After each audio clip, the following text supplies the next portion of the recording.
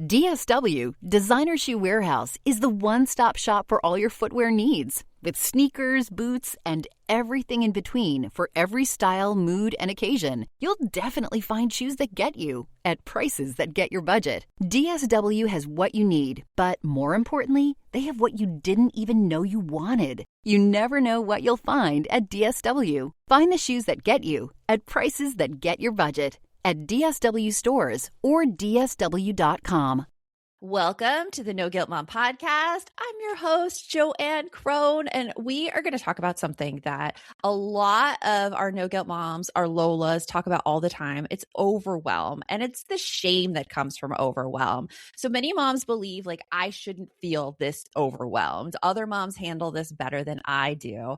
And you might feel like your brain never shuts off, constantly tracking schedules, emotions, needs, and whatever's about to fall through the cracks. And you try to be more organized and more patient and more calm, and you still feel exhausted and on edge. And this isn't because you're doing something wrong. It's because you're carrying far more than anyone should. So what if the issue isn't your discipline, your mindset, or your effort? What if motherhood actually changed how your brain works? The overwhelm isn't a failure signal. It's your brain doing exactly what it was designed to do to protect and anticipate for your family. And when you understand that, the shame starts to lift and you could stop trying to fix yourself and you could start supporting yourself instead.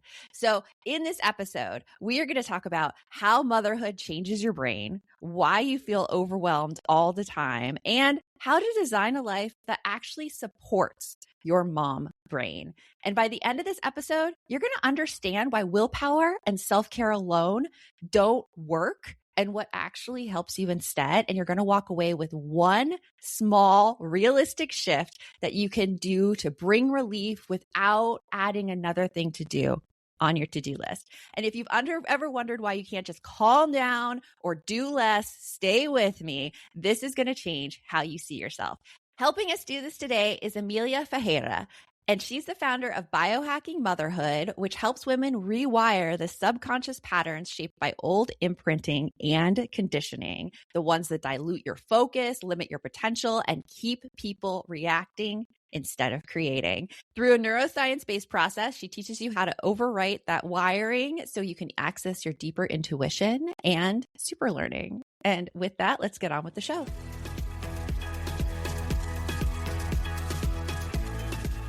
Welcome, Emelia, to the podcast. It is so good to have you here and talk all things neuroscience. I'm super excited. Thank you so much, Joanne. I'm so excited for us to dive into inside us. Yes, it's one of my favorite topics, actually. I think that when people become more self-aware, they become better people. And so I'm excited to hear from you. You have, first of all, a neuroscience background. Tell me all the things you're bringing to this conversation right now. Well, what I'm going to bring to the table today is that when we talk about neuroscience, we're only thinking about the brain.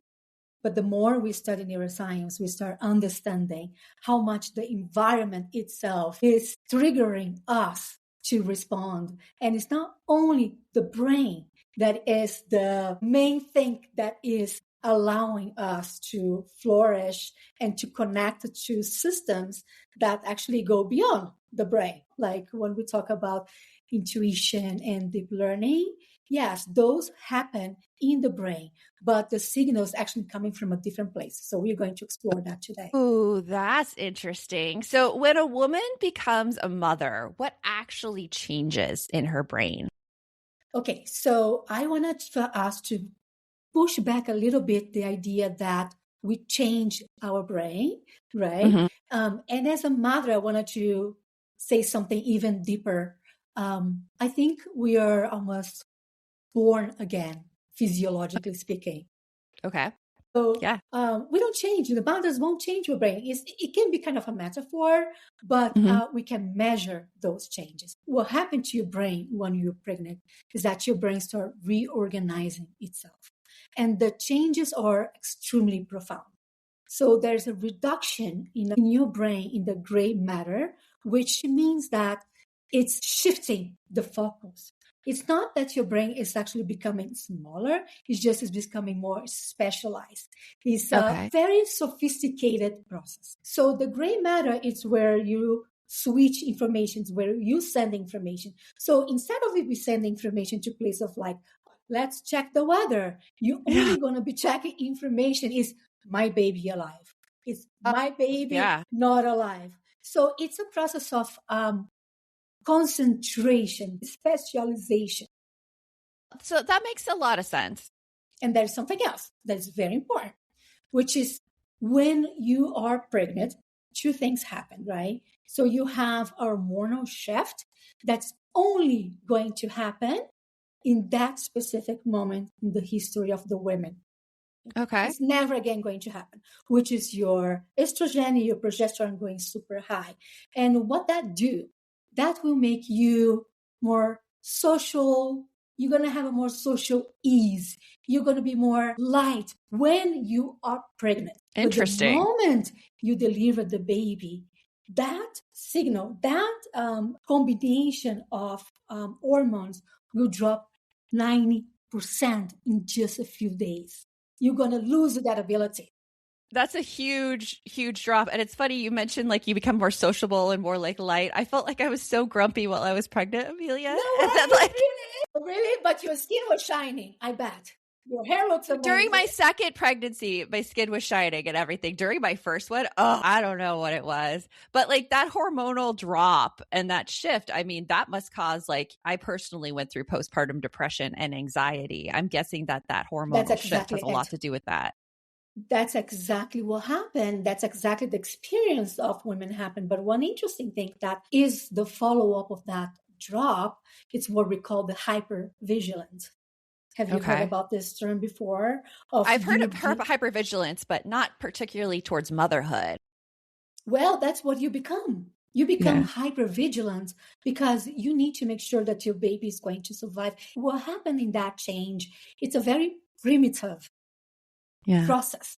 Okay. And it's ancient and it's profoundly, amazingly designed to make women foster her child, foster that baby that otherwise wouldn't survive. When we delivered the baby at 9 months, they're still extremely premature to survive by itself. Yeah. The timing that we'll be able to have a baby and this hypervigilance or this combination of hormones together with the specification of tasks inside of the brain will change around 21 months. Can you imagine holding a baby until he's 20 months? No, I said I was so grumpy and ready to like get the babies out of my body. I could not imagine that. Right. So you were designed to make this babe survive. But in exchange of that, you got that I like to call upgrade. Okay. The upgrade, this hypervigilance, this hypervigilance is an upgrade. However, right, it's a paradox there because I want to try to bring this to you from a different perspective, from the perspective of why this happened this way, and then we can talk about the side effects of that, which are mainly cultural and social and systemic. Because before we had the support, now we don't have the support anymore. Yes, it's true. So this hypervigilance comes, and then you're saying that we don't have the systems really of support around us to give us like the ability just to stay in this hypervigilance? Yes. So when you deliver the baby, you go into this stage of hypervigilance, which you are mainly the only one that instinctively you are going to know if your baby, what the cues that your baby is giving to you. Okay. Yeah. And for you to have that ability, you need to be hypervigilant. And then moms have so many other things that they're focusing on during that time. Like their other kids, their work. Right. And in the past, when this system was close to perfect, we lived in very close communities and in tribes, right? And then we lost that. We evolved and then we got information, you got so much more, but we lost that community help. because also moms or women nowadays carry this hyper independence as well. Yes. Oh my gosh. This is so, so good, Emelia. And I want to shift into why moms feel overwhelmed so much of the time. And I think I know where this is going actually, right after this. The start of a new year always gets me thinking about what I want for myself and what I want for my family. I ask myself the question, how do we set everyone up for success? And for a lot of parents that I know, that question comes up most around school. Maybe your child needs more flexibility. Maybe they learn better at their own pace. And that's why I want to tell you about K-12 powered schools. K-12 powered schools are tuition free. They're online and they're accredited public schools for kindergarten through 12th grade. And what I love most is that they're designed to meet kids where they are. With K-12, your child gets the support they need through a tailored curriculum. They also use hands-on innovative technology to make learning interactive. As a former teacher, I can tell you how important that is. K-12 has more than 25 years of experience helping students build real skills, grow in confidence, and thrive with flexibility and personalized learning. If you're rethinking what school could look like for your child this year, K-12 powered schools are absolutely worth exploring. Join the more than 3 million families who have been served by K-12 and empower your student to reach their full potential now. You can make the switch at any time. Go to k12.com/ngm today to learn more. That's the letter K, the number 12.com/NGM. K12.com/NGM. Whenever I think about meal planning, I feel this wave of anxiety because just the thought of sitting down to do it takes so much time and brain space, like deciding what I want to eat, what my kids will eat, how to make everyone happy, and somehow still get more fruits and vegetables on the table. It's exhausting for me before I even step into the kitchen. That's why Hungry Root has been such a game changer for me. Hungry Root is honestly the easiest way to eat healthy because it does all the thinking for you. It works like a personal nutrition coach and a grocery shopper all in one. You take this quick quiz and tell Hungry Root your preferences. I answered questions like what proteins I like, what flavors I like, what foods I don't like, and especially like I'm thinking of my kids there too, and also how you like to cook. And then Hungry Root builds this entire meal plan and sends it straight to your door. And the meals range from super simple, like these quick microwave options, to chef-inspired recipes that feel elevated, but are still easy to make. It makes everyone happy. Most importantly, me. It makes me happy. Take advantage of this exclusive offer. For a limited time, get 40% off your first box, plus get a free item in every box for life. Go to hungryroot.com/NGM and use code NGM. That's hungryroot.com/NGM, code NGM to get 40% off your first box and a free item of your choice for life. I used to have this friend who made yearbooks for her kids every year, and I loved the idea until I realized it took her weeks to put one together. And I knew that was never going to happen for me. That's why I'm so excited to have created a year in review book with Journey Print. Journey Print lets you upload your photos straight from your phone, and their smart algorithm automatically organizes everything by date and even adds maps and locations. So it becomes a real story, not just a pile of pictures in just minutes. One of my favorite moments in the book is seeing all of these little everyday memories put together and being able to go through them with my kids at my side rather than just scrolling through my photos on my phone. Holding it in my hands let me relive all of it. It is a meaningful keepsake that fits my life, and it came together so fast and easy. Plus, the quality is gorgeous. You can choose from premium satin or glossy paper, and Journey Print plants one tree for every order, which I love. Go to journeyapp.com/podcast/NGM and use the code NOGUILT to get 30% off your next purchase. That's Journey, spelled JOURNIAPP.com/podcast/NGM and use code NOGUILT at checkout. Emelia, before the break, we were talking about how motherhood, how it changes your brain. Well, not changes, but how, some shifts happen in your brain. And before the break, you were talking about how this hypervigilance and how we're missing actually the support to allow us to be in this state of hypervigilance. So I'm guessing, on how overwhelmed the moms in the No Guilt Mom community feel all the time. What does this have to do with this overwhelm that we feel? The overwhelm that mothers feel is actually a condition, right? We have been conditioned to respond to motherhood this way. Okay. That is like I mentioned before, we were designed to become hypervigilant in the first period when our baby is born. But because we don't have and this is something that is designed in a way that is primitive. It worked very well on the beginning of us. But then we have evolved, technology came in, and now we have so much information. Yet, this overwhelm has been conditioned as something that we can handle. Overwhelm have been normalized and conditioned in us, meaning our system now responds to this overwhelm and feels from the inside out that it's just the way things are. Okay. And it doesn't have to be that way is what I'm guessing. Because what does this overwhelm, this conditioning that we have, what does that do to moms over time? Well, you're not going to like the answer, but I'm going to be very straight. I want this answer. Yeah. It continues to condition us further. Okay. Until we don't change, until changes are not made on systemic level, we are always going to be conditioned and we're always going to be adapting to that condition.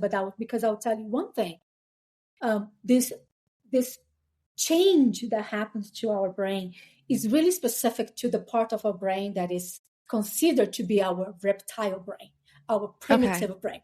Okay, which are a little bit disconnected from our frontal cortex area of our brains that can actually rationalize that. So we're not rationalize that. We're experiencing that from the perspective of conditioning. Things are this way. But right? So the change, it's harder to change because it is physiological. So you experience that before you can create the emotion of that, what that represents to you. Yeah, I'm interested, Emelia, because here I am. I'm an American. I live in America. You go back and forth between Mexico City and New York City and Spain, and you get to see all these different cultures. Is it the same are the same expectations there for moms in Mexico City as they are for here in America, as they are for here in Spain? That's such a beautiful question. Wow. Because the answer is a little bit more complex. It relates more to the status of women in society, meaning it's more related to class. So if you have, rather than culture, the more developed the women are, the more conditioning to normalize this overwhelm becomes. Interesting. So moms who are living in the cities and are in class and are basically not in a village, I would say, have the means, have the the wealth compared to other countries. They are more conditioned to have this overwhelm, you're saying? If they have help.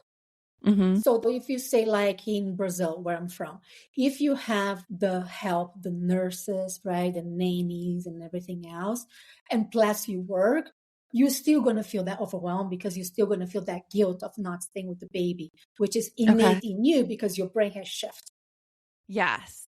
So it's independent of that person is not there. Now, you can also, it could be two-folded because you also have those nannies spending the night, doing the night shift for you. So you can find that rest.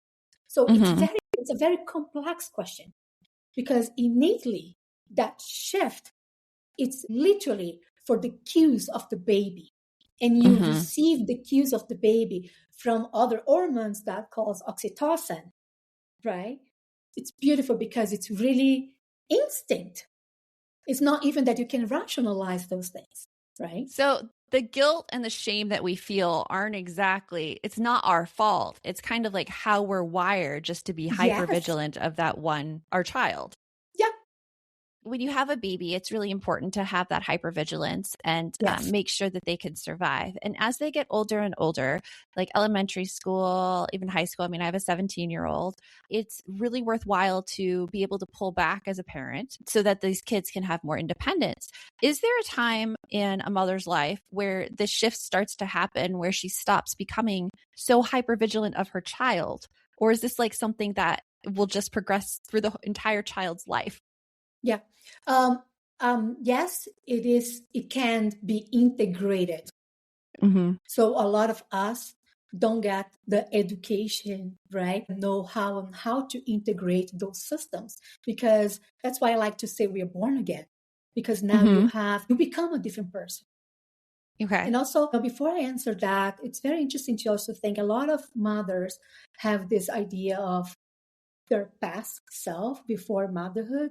And then, the line where they become a different women. It's true, they do become a different women. They are a different women biologically, physiologically. And that is going to generate different emotions, right? Which is going to contradict with the emotions they had before. It's very important for us to know that. That's number one. And then number two, those two systems of hypervigilance from our primitive brain together with this beautiful other parts of the brain that can create this new mother, right? They need to integrate. Okay. And the integrate usually doesn't happen because the conditioning makes our physiology just respond over and over and over to the same predictions that happened in the past. So the brain is a predictive machine. We will only predict what already knows. And when you say conditioning, are you talking like the conditioning such as that from our society, we feel like moms should have like care for their kids at all times, or like they should do certain things, that kind of conditioning? Yeah. Social conditioning and imprinting, which basically that repetition that you hear in many different forms becomes prune as a chemical reaction inside your brain. Okay. So even if you want to think this way, your brain is scanning and saying, is it worth it for me to go and have a rest and sleep the whole night and let this person here, this person take care of my child? But the real question your system, your physiology is asking is, will people survive if I do that? Which is a cost benefit. True. It's true. Like I had the hardest time sleeping when I was a new mom because I was constantly worried about my baby's survival. Even though she was like right there in a bassinet next to my bed, I had to like wake up multiple times a night to just check that she was breathing. Yes. You telling us that like this is part of our physiology, it does make me feel a little bit better. Like it wasn't something inherently wrong with me. It was just something that happens for all of us. Yeah. And that's the beauty of it. I think we need to start looking at this from the positive perspective of saying of the superpower you have of waking up and look at you and still be here. Right. Yes. So, and sure, many women doesn't have that, the support of understanding how to sleep, how to rest. And if you have postpartum depression, the right way of addressing that. But it is a human design for us to be that way. Interesting. So now that we've talked about like why things are the way things are, I'm excited to shift into what we can do and how we can make a change. And we're going to do that right after this. So what do you want? What do I want? I want to use my degree for good. And in general. I kind of meant like a muffin or a latte.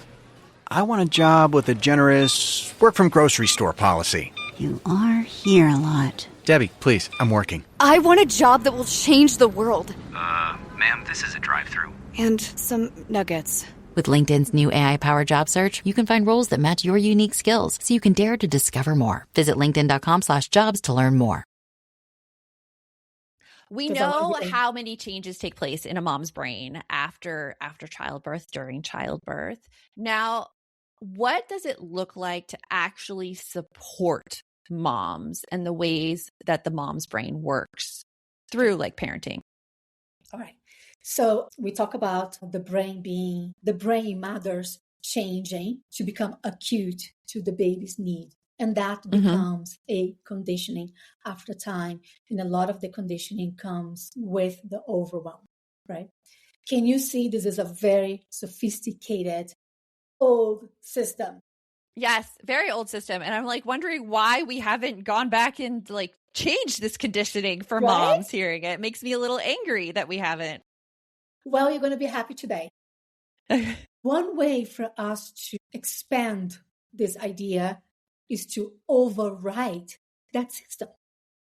Instead of trying to change something that is so hard to change, so sophisticated, so conditioning driven, what can we do to override that system? Yes. How do we do it? We need to bring other systems in our body. And that one of the systems that we can use to override that system is the system of your heart. Have you ever heard that before? No. Like how would you use the system of your heart to override our brains always overwhelmed?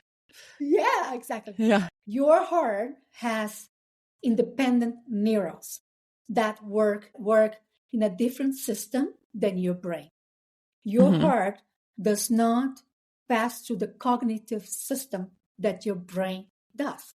Meaning your heart, the neurons that you have in your heart are not conditioned. Okay. And the heart is actually sending 90% of the information to your brain than your brain is sending to your heart or to the rest of the body. So interesting. Wait, what? Is the heart trying to do something to the brain and we don't know? Yes. It's always sending information to your brain. And so the brain is accepting or not. But it's not accepting as right or wrong. It just doesn't understand the signal. Okay. So if you imagine I am speaking with you and we have a lot of interference on the sound of this connection.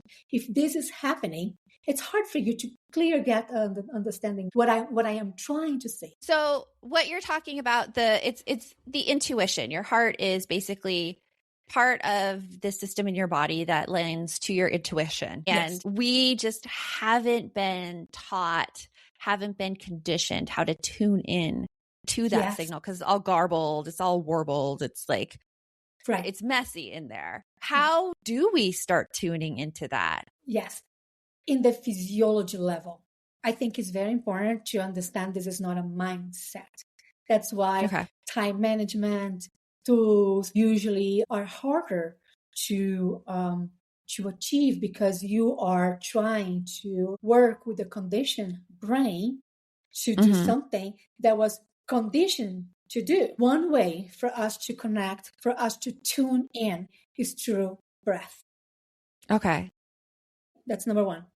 And then, there's a technique. The 6 hours after you do this technique, you are in a state in which you can actually change and override the system of how you perceive things, how you perceive your overwhelm. The technique I like to use is this.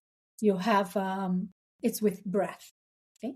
So your breath, and then to bring in a emotion that gives you a positive state, because we want to be releasing oxytocin at the same time we're slowing our breath, because we already know by research, peer-reviewed research, that you create this this tuning in that creates this that liberates this chemical change in your body that creates this state. So going into it, I understand the breath and then a positive emotion that you need to be thinking about. That's something different than I've heard before because not thinking. Okay, so tell us how to do it. Not thinking. I will tell you. I'll go to. So actually, let's rephrase. So the technique, I'm going to add one more. The technique are 3 things. 1, breath. I'm going to show you. I'm going to tell you how to do the breath. 2, we need to create the feeling, not the thinking, because if we do thinking, then we are activating that response from your brain that's always going to come from conditioning. But when you feel, then there you add a lot of chemistry from your body. We want those. Interesting. Okay. And then the third one, we're going to do this breath for 3 minutes minimum. Is there a specific way to breathe when you do it? You can do 5 or 6 breaths per minute. I always like to do the box one. It's very simple. You just need to slow down your breath. Mm-hmm.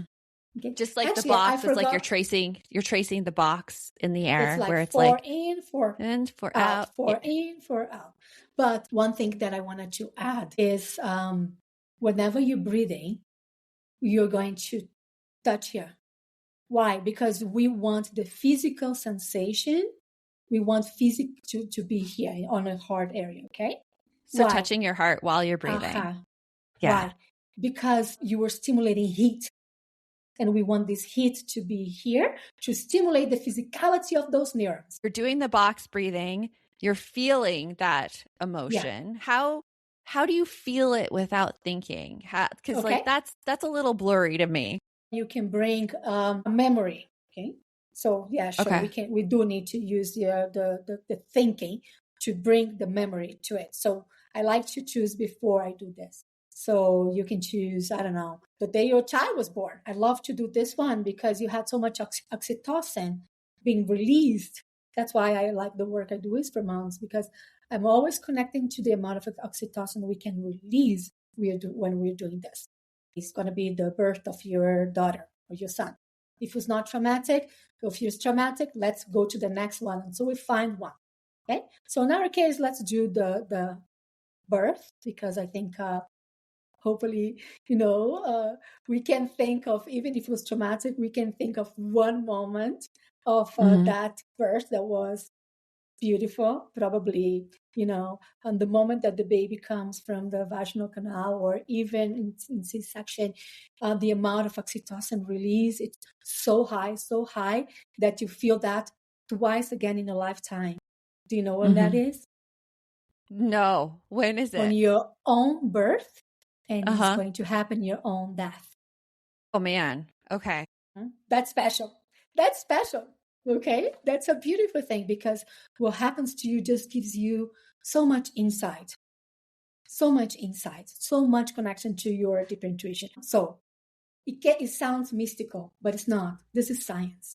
It's a very interesting way for us to start shifting that conditioning as well, of saying, oh, if you do hard, then it's not science. No, it is science. We have done a lot of work on this, right? Yeah. And there's chemicals released whenever we feel emotions. So yes. All right. So let's go back to the memory. So let's say we're going to use that, right? So you're going to think, but we need to start learning how to feel again. Right. So this is a beautiful exercise to be like, okay, so that moment happened to me, and just go back to how your body felt that way. And even if it's hard, you need to trust that the body is going to remember, because it does. And even if it's a little bit, it's enough, because we are going to scale this more and more, so you can start tuning in and getting the access to this deeper intuition and super learning. Yes. Once you're there, you're just going to breathe one, right? We're going to do the box, and then you go, and then you're just going to remember, right? Create that memory. Okay, so now I know, I remember. So now I'm just going to let my body do the work. Like, we need to start learning how to allow the body to do more and not just stay on our minds. So you are thinking of feeling that emotion. So it's something that is like, you need to feel. Like, I can tell you, hey, this is how you feel. But on the end of the day, you need to start allowing your body. And the way that I perceive like the feeling in the body is that you start feeling like this, almost like this surge of like, it's almost like a little bit of overwhelm. Yeah. Right. Yeah. Yeah. It's so interesting. So like having those feelings in there and then breathing through it, it's really letting the body do its thing. It's letting the body work as it's supposed to. And that's like the one simple way to use all of this knowledge in like tackling that overwhelm. This has been so fascinating, Emelia. I am like floored by the way like I was perceiving overwhelm so much as a mindset problem, and getting back into the body, I could see how that would help. That would help all those feelings. Thank you so, so much for being here with us today and explaining all of this and giving us this one simple way to go forward. It has been a joy. Thank you so much, Emelia. Yes, thank you so much. And try. I promise that your body is on your side. Yes, try. And then where can people start to follow you for more information? I write on Substack, and I actually have a guide for brain and heart tuning in. And if you're interested, I'd love to give it to your community so you can clarify even further, because I got so excited talking about it. And there I can give you the step-by-steps, the science behind the how to do it. So go get Emelia's guide. I will put a link for you right in the show notes. And remember, the best mom is a happy mom. Take care of you, and I'll talk with you later.